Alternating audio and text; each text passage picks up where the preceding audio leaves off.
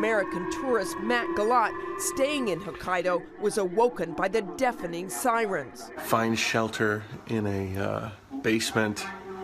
North Korea just launched a missile. Breaking new details about North Korea's missile launch. Kim Jong-un's regime firing what's believed to be an intermediate-range ballistic missile over Japanese airspace for the second time in a month.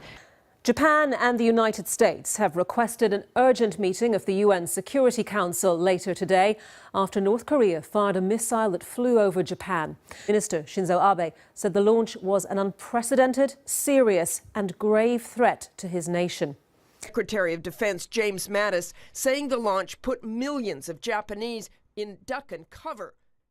As North Korea Many believe that North Korean provocations of Japan is due to the latter's status as the main U.S. ally in the region, making a closer target than a real enemy across the Pacific. The intermediate-range ballistic missile launched from the North Korean capital of Pyongyang, passing over Japan just 10 minutes later, landing over 1,200 miles off the coast of the Japanese island of Hokkaido, traveling a total distance of 2,300 miles.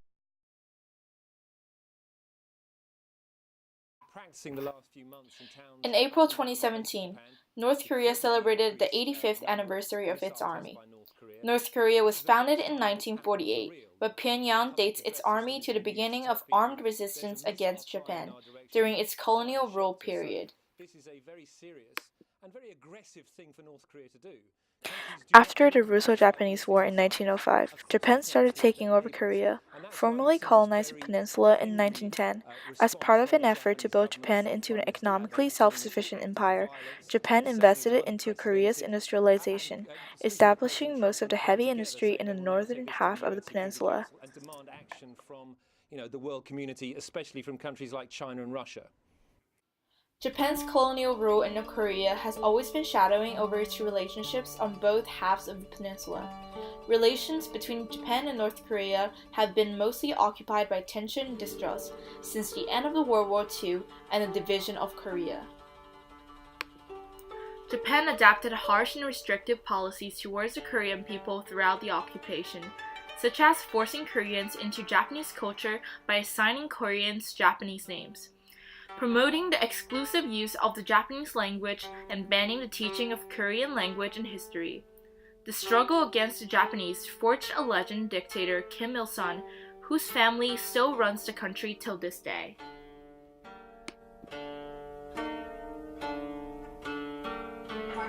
After the Soviet Union left the North in 1948 and the United States left the South in 1949, two Koreas went into war on June 25, 1950, as the North Korean army invaded the South.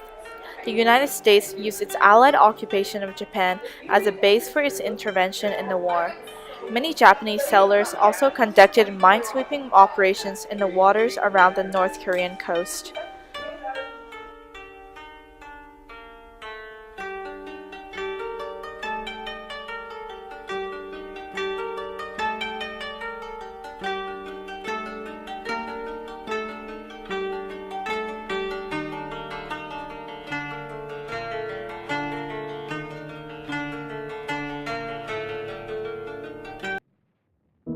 In the late 70s, North Korea started sending spies, disguised as fishermen, to Japanese beaches to start kidnapping Japanese citizens. They brought them back to North Korea so that they could use them for their language and cultural understanding of Japan, so they could help train their spies. The victims, including a 13-year-old girl who allegedly died in captivity, gripped the nation's attention for years. Their stories making their way into pop culture, their faces known to every citizen.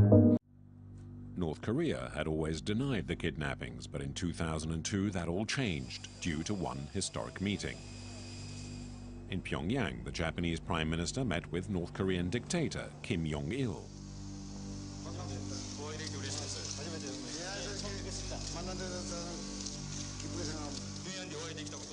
In early 2000s, Japan agreed to offer North Korea an economic assistance package upon the normalization of their relationships.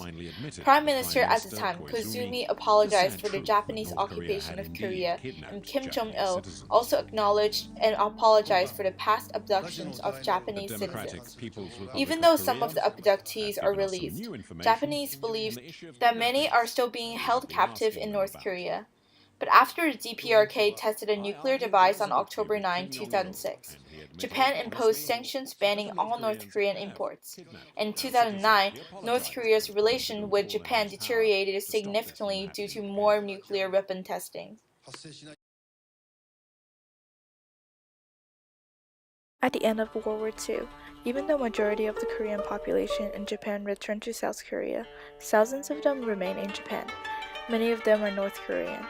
The North Korean in Japan today form their own little bubble where they have schools and different organizations that teach their children about their own culture. But oftentimes, they face discrimination and injustice in Japan. Many protests were held outside of their school due to North Korea's recent missile launch, and the funding for the North Korean schools are dropping significantly every year. As one of the anti-Korean activists explains their hatred, he says, オサマ・ビンラディン記念公園っていう記念学校っていう学校ができたとするじゃないですか。で、それをどう思いますかっていう話なんですよ。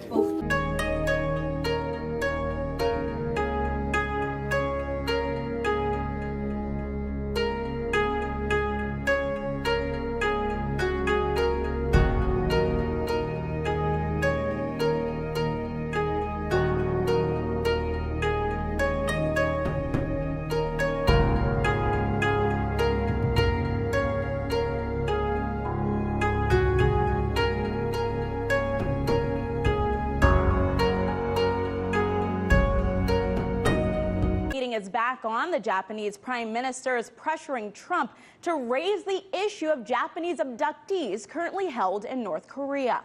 As the date for the summit between North Korean leader Kim Jong-un and U.S. President Donald Trump came closer, Japan's Prime Minister Shinzo Abe began to echo his top priorities: complete denuclearization of North Korea and a resolution to the abductions of Japanese citizens.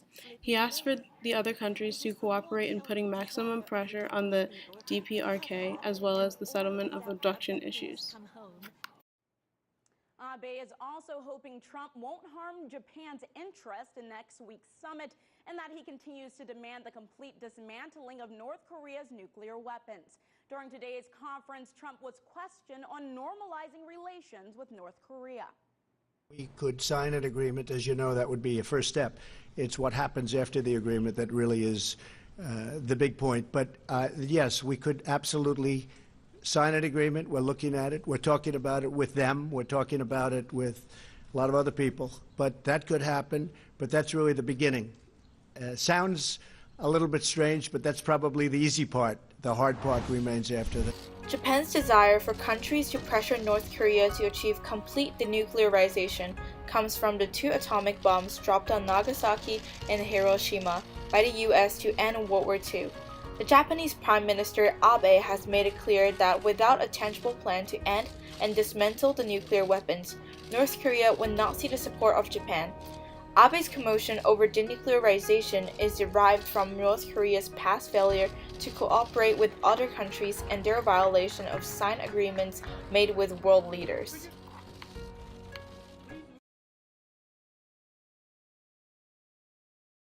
We will have a terrific relationship going forward.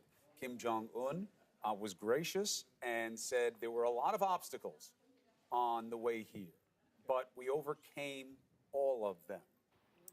During the summit, President Trump agreed to suspend the United States joint military exercises with South Korea upon North Korea suspending its weapons testing. This summit marks a start of normalizing relationships between North Korea and many other countries.